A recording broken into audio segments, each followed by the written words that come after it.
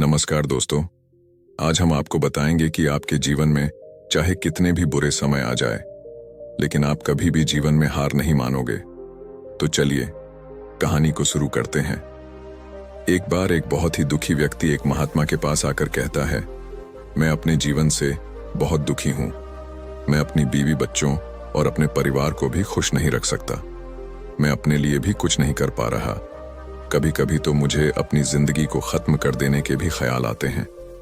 आप इतनी साधनाएं करते हैं, इतनी तपस्या करते हैं, क्या आप मुझे कोई ऐसा मार्ग बता सकते हैं जिससे मैं अपने बुरे वक्त से बाहर आ सकूं? मेरा बहुत बुरा समय चल रहा है। 2 वक्त की रोटी का इंतजाम करना भी मेरे लिए बहुत मुश्किल हो गया है।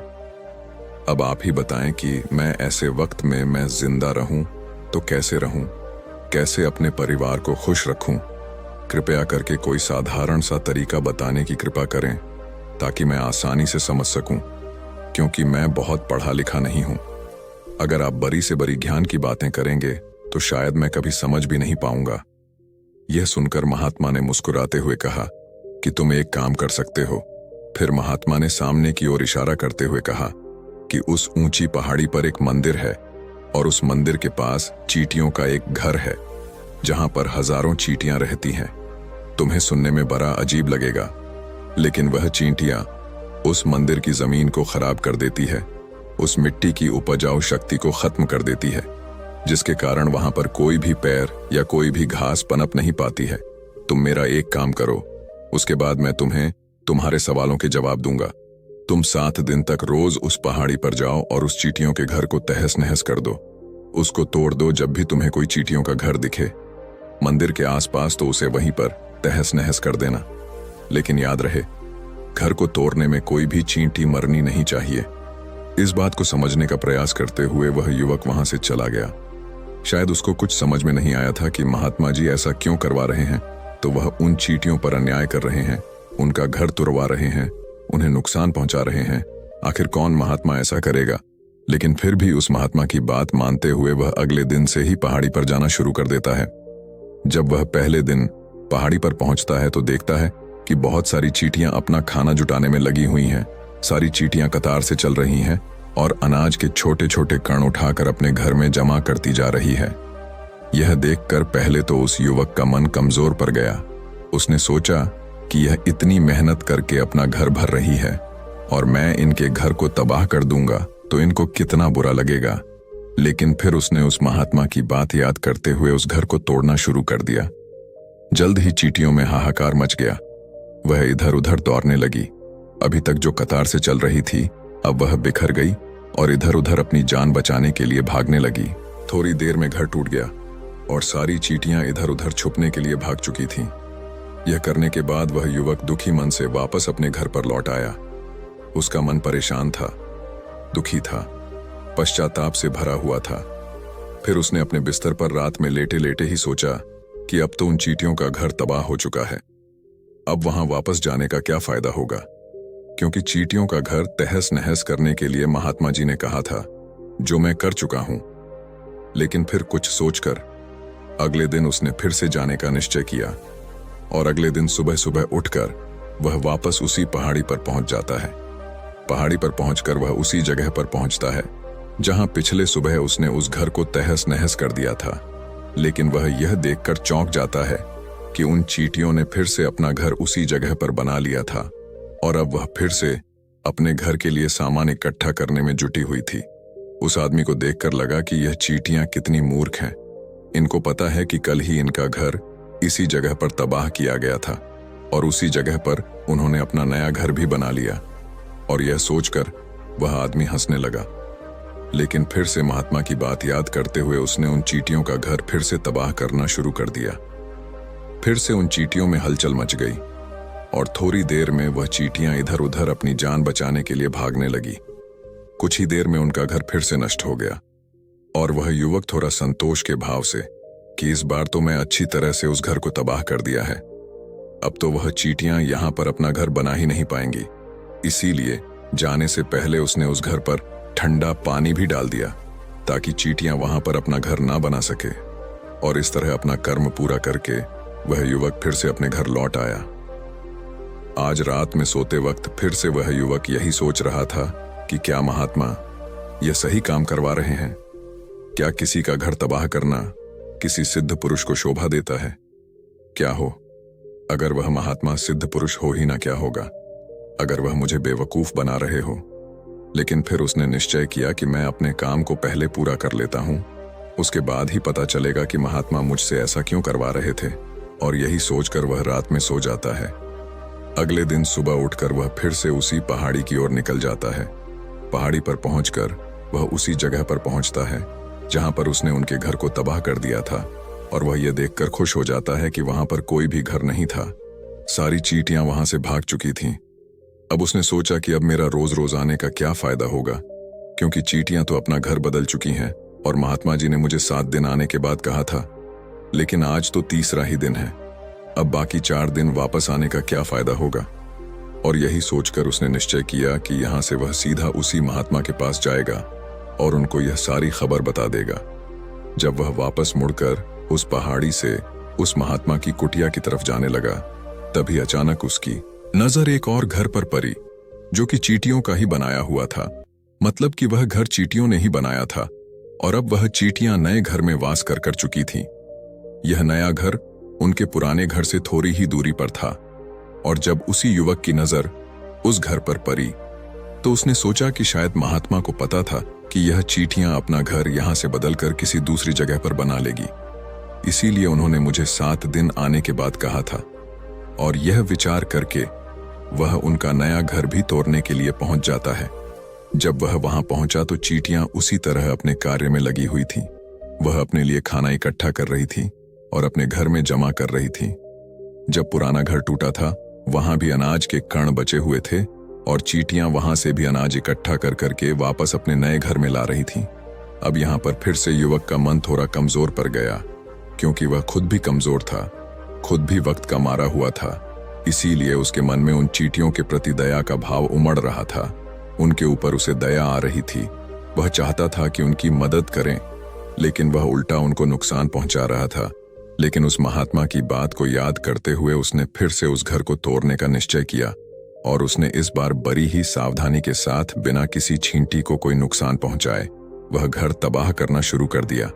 वक्त थोड़ा ज्यादा लगा, क्योंकि किसी भी चींटी को नुकसान न पहुंचने की शर्त महात्मा ने पहले ही रखी थी। इसीलिए उसको बड़ी सावधानी के साथ उन घरों को तबाह कर रहा था। लेकिन आखिरकार उसने उस घर को भी तबाह कर दिया, और उस घर को तबाह करने के बाद वह बड़े ही दुखी मन से, इस बार वह पहले से भी ज्यादा दुखी था, क्योंकि उसने उनका नया घर भी तोड़ दिया था।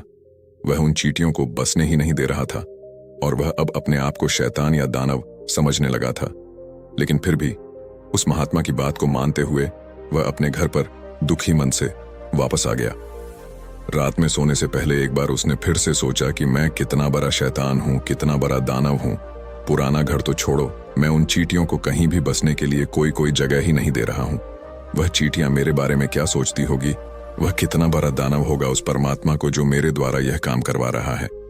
लेकिन फिर भी उसने अगले दिन जाने का निश्चय किया, और अगले दिन सुबह सुबह वह फिर से वहां पर पहुंच गया। वो यह देखकर फिर से आश्चर्यचकित रह जाता है कि इस बार चींटियों ने एक और नई जगह पर अपना घर बना लिया था। वह तो पहले से भी ज्यादा ऊर्जा के साथ काम कर रही थी, और उन्होंने एक रात में पहले से भी बड़ा घर बना लिया था, और अब वो फिर से अपना अनाज और खाना इकट्ठा करने में जुटी हुई थी। यह देखकर उस आदमी को लगा कि यह चींटियां किस मिट्टी की बनी हुई हैं। मैं उनको बार बार यहां से भगाने की कोशिश कर रहा हूं, और ये वहीं पर अपना घर बना लेती है। क्या इनको पता नहीं है कि मैं यहां पर कभी भी बसने नहीं दूंगा? ये चींटी है, दिखने में इतनी छोटी है, लेकिन फिर भी ये मुझसे हार नहीं मान रही है। बड़ी ताज्जुब की बात है। और इस बार उसने गुस्से में उस घर को तहस नहस करना शुरू कर दिया। लेकिन इस बार तहस नहस करते हुए कुछ चींटियां वहीं पर मर गईं। उसके पैरों तले कुचल दी गई। कुचलने के बाद जब वह अपने अहंकार से बाहर आया तो उसने देखा कि गुस्से में उसने उन चींटियों को कितना क्षति पहुंचा दी है। उसका मन पश्चाताप से भर गया और वह रोता हुआ अपने घर की तरफ बढ़ गया। रात में सोते वक्त उसने सोचा कि मैं उन चींटियों पर बहुत ज्यादा अत्याचार कर रहा हूं। अब इससे ज्यादा अत्याचार मैं नहीं कर पाऊंगा। और यही सोचकर वह अगले दिन उन चींटियों के लिए अपने घर से थोड़ा आटा लेकर उसी पहाड़ी पर पहुंच जाता है। आज उसके मन में उन चींटियों के प्रति श्रद्धा का भाव था, दया का भाव था। आज वह उनकी मदद करना चाहता था। और जब वह वहां पर पहुंचा तो चींटियां फिर से अपने नए घर को बनाने में जुटी हुई थीं। उसने बड़े ही करुणा के साथ उन चींटियों को अपना लाया हुआ आटा खिलाया। अगले 7 दिनों तक वह ऐसा ही करता रहा। वो रोज सुबह जाता, उन चींटियों को अपने हाथों से आटा खिलाता। 7 दिन के बाद वह युवक उस महात्मा के पास पहुंचकर हाथ जोड़कर बोलता है कि हे महात्मा जी, मुझे माफ कर देना। मैंने उन चींटियों का घर तबाह करने के लिए बहुत कोशिश की। मैंने उनका घर तबाह किया भी 1 बार नहीं, 4 बार। मैंने उनका घर तोड़ा। उसके बाद में हिम्मत नहीं कर पाया, उनके घर को नहीं तोड़ पाया। मैं समझ सकता हूं कि मैं आपका काम पूरा नहीं किया और इसके बदले आप मुझे तरीका भी नहीं बताएंगे जो कि मुझे मेरे बुरे समय से बाहर निकाल सकता है, लेकिन मुझे इसका कोई परवाह नहीं है।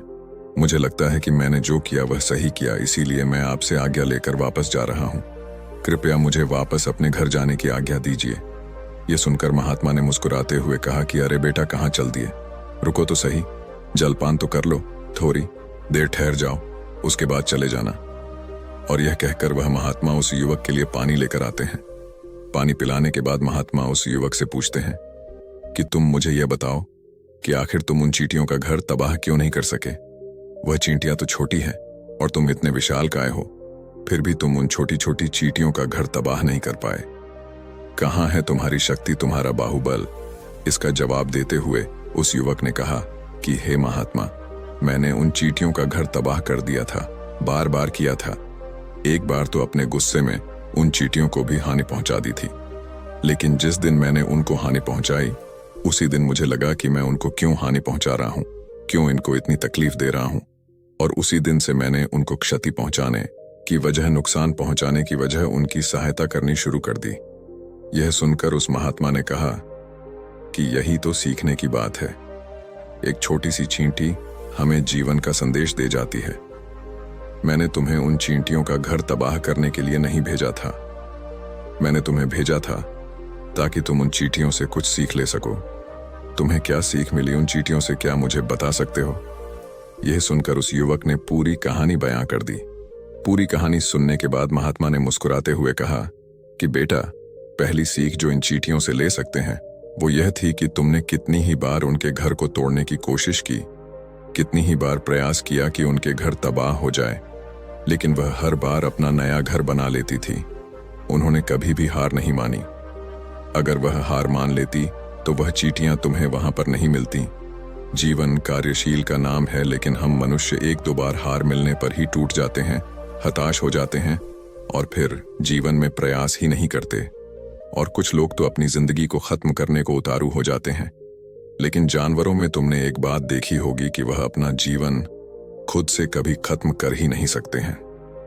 तुमने कभी नहीं सुना होगा कि किसी जानवर ने आत्महत्या कर ली, चाहे वह जानवर कितना भी भूखा क्यों ना हो, कितना ही दुखी क्यों ना हो। लेकिन वह अपने जीवन के लिए हमेशा संघर्ष करता रहता है। लेकिन वही दूसरी तरफ हम मनुष्य 1-2 बार हताश होने पर ही अपना जीवन खत्म कर लेते हैं। जीवन तो कर्मशील होता है। कर्म करने का नाम है जीवन और मृत्यु। आखिरी विश्राम है, परम विश्राम है। इसीलिए मृत्यु से पहले कर्म करना कभी मत छोड़ना, क्योंकि मृत्यु के बाद तो तुम परम विश्राम में चले ही जाओगे। तो उससे पहले कर्म करना क्यों छोड़ रहे हो? क्यों हताश हो रहे हो? अगर तुम्हारा एक घर टूट गया है तो दूसरा घर बनाने का प्रयास करो, कोशिश करो, और कोशिश करने वालों की कभी हार नहीं होती। यह तुम उन चींटियों से देख चुके हो। देखने में तुमसे कितनी छोटी है वह चींटियां, और तुम इतने बड़े हो, लेकिन उनका मन तुम्हारा मन से इतना बड़ा है, इतना विशाल है, इतना दृढ़ संकल्प है कि इतनी बार घर टूटने पर भी उन चींटियों ने कभी हार नहीं मानी। दूसरी सीख यह है कि जब भी हमारे ऊपर बुरा समय आता है, हमें लगता है कि यह समय कभी भी नहीं जाएगा, यह समय मेरे जीवन को बर्बाद कर देगा, मुझे कभी नहीं जीने देगा।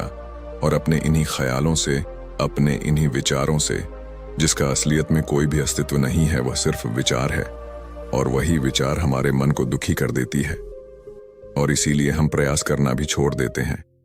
लेकिन तुम खुद सोचो कि बार बार प्रकृति हमें क्षति पहुंचाएगी, नुकसान पहुंचाएगी, लेकिन कब तक पहुंचाएगी? अगर हम बार बार फिर से उठ के फिर से नया प्रयास करते रहेंगे तो प्रकृति भी हमारे सामने घुटने टेक देगी और वह भी एक दिन हमारे ऊपर दयावान हो जाएगी, कृपालु हो जाएगी और वह हमें सब कुछ देने लगेगी जिसकी हमने कभी कल्पना की थी। तुमने खुद देखा कि तुम उन चींटियों को तबाह करने के लिए पहुंचे थे, लेकिन बाद में तुम ही उन चींटियों को अनाज और आटा देने लगे। तुम ही उन पर कृपालु हो गए। क्यों हुए? क्योंकि तुमने देखा कि वह चींटियां हार ही नहीं मान रही हैं। इसी तरह अगर तुम भी अपने जीवन में कभी हार नहीं मानोगे तो एक ना एक दिन यह प्रकृति तुम्हें वह सब कुछ देगी जो तुम अपने जीवन में पाना चाहते थे। इसीलिए 2 सीख याद रखना, कर्मशील कार्य करते जाना, और दूसरा कि एक ना एक दिन प्रकृति तुम्हारी उस कर्म का परिणाम तुम्हें जरूर देगी। तो दोस्तों, मैं आशा करता हूं कि आपको इस वीडियो से काफी कुछ सीखने को मिला होगा। तो फिर मिलते हैं एक और वीडियो और नई मैसेज के साथ। तब तक के लिए आप और अपने परिवार का ख्याल रखिए। धन्यवाद। नमो बुधाय।